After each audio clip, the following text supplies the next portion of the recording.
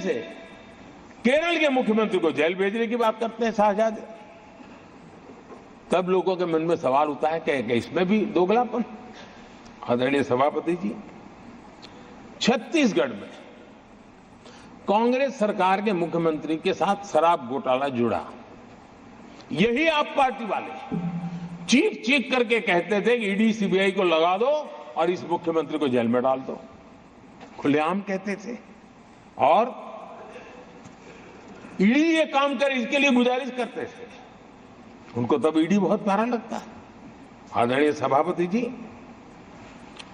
ये आज जो लोग जांच एजेंसियों को बदनाम कर रहे हैं, हल्ला मचा रहे हैं, मैं जरा उनकी याददाश्त पर जोर डालना चाहिए, मैं ऐसा उनका आग्रह करता हूं।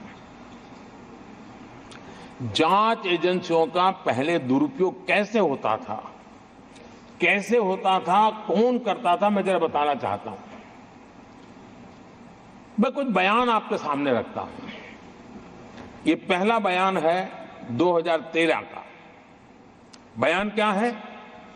कांग्रेस से लड़ना आसान नहीं है, जेल में डाल देगी, सीबीआई पीछे लगा देगी। कांग्रेस सीबीआई व इनकम टैक्स का भय दिखा करके समर्थन लेती है। ये स्टेटमेंट किसका है? ये बयान है स्वर्गीय मुलायम सिंह जी का। कांग्रेस एजेंसियों का कैसा दुरुपयोग करता है, ये मुलायम सिंह जी ने कहा था। और यहां इस सदन के माननीय सदस्य रामगोपाल जी को मैं जरा पूछना चाहता हूं कि रामगोपाल जी, क्या नेताजी कभी झूठ बोलते थे क्या? नेताजी तो सच बोलते थे। आदरणीय सभापति जी, मैं रामगोपाल जी को ये भी कहा जरा भतीजे को भी बताएं, क्योंकि उनको भी याद दिलाए कि राजनीति में कदम रखते ही भतीजे पर सीबीआई का फंदा लगाने वाले कौन थे, जरा याद दिला दें उनको, पता चलेगा। आदरणीय सभापति जी, मैं एक और बयान पढ़ता हूं। ये भी साल 2013 का है। The Congress had used the CBI to strike political bargains with many parties. और कौन कहते हैं? उनके कॉमरेड श्रीमान प्रकाश करात जी ने ये कहा हुआ है, 2013 में कहा। एजेंसियों का कौन दुरुपयोग करता था? एक और महत्वपूर्ण स्टेटमेंट में पढ़ता हूं और मैं याद दिलाना चाहता हूं। स्टेटमेंट क्या है कि सीबीआई पिंजरे में बंद तोता है जो मालिक की आवाज में बोलता है। ये किसी राजनीतिक व्यक्ति का बयान नहीं है, ये हमारे देश की सुप्रीम कोर्ट ने यूपीए सरकार के समय कहा हुआ बयान है। एजेंसियों का दुरुपयोग कौन करता था, इसके जीते जागते सबूत आज मौजूद है। आदरणीय सभापति जी, भ्रष्टाचार के विरुद्ध लड़ाई ये मेरे लिए चुनाव हार जीत का तराजू नहीं है। मैं चुनाव हार जीत के लिए, भ्रष्टाचार के लिए लड़ाई नहीं लड़ रहा हूं। ये मेरा मिशन है, ये मेरा कन्विक्शन है। और मैं मानता हूं कि भ्रष्टाचार एक ऐसी दिमक है जिसने देश को खोखला कर दिया है। इस देश को भ्रष्टाचार से मुक्ति दिलाने के लिए, भ्रष्टाचार के प्रति सामान्य मानवीय के मन में नफरत पैदा करने के लिए मैं जी जान से जुटा हुआ हूं और मैं इस पवित्र कार्य मानता हूं। 2014 में जब हमारी सरकार बनी तो हमने दो बड़ी बातें कही थी।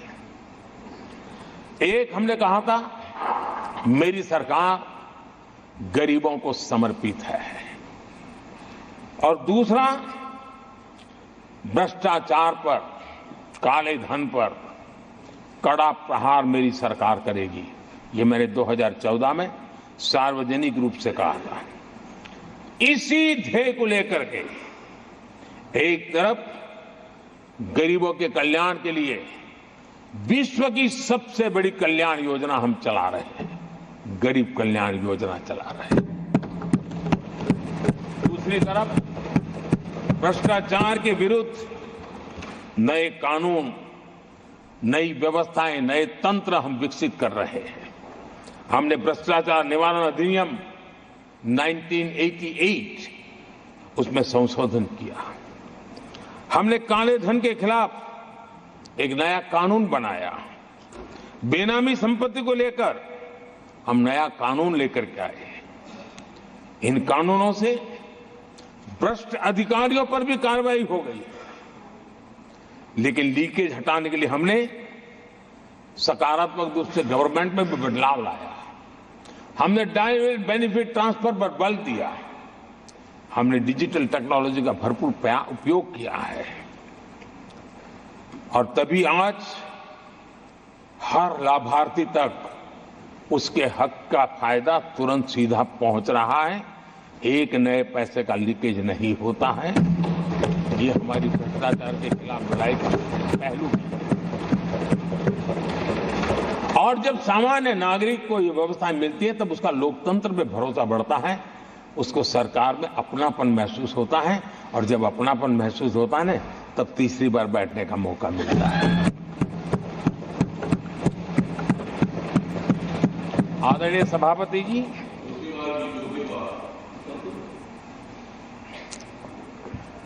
मैं निसंकोच रूप से कहना चाहता हूं, लाग लपेट नहीं रखता हूं, और मैं देशवासियों को भी कहना चाहता हूं कि मैंने एजेंसियों को भ्रष्टाचार और भ्रष्टाचारियों पर कड़ों से कठोर कार्रवाई करने के लिए खुली छूट दे के रखी है।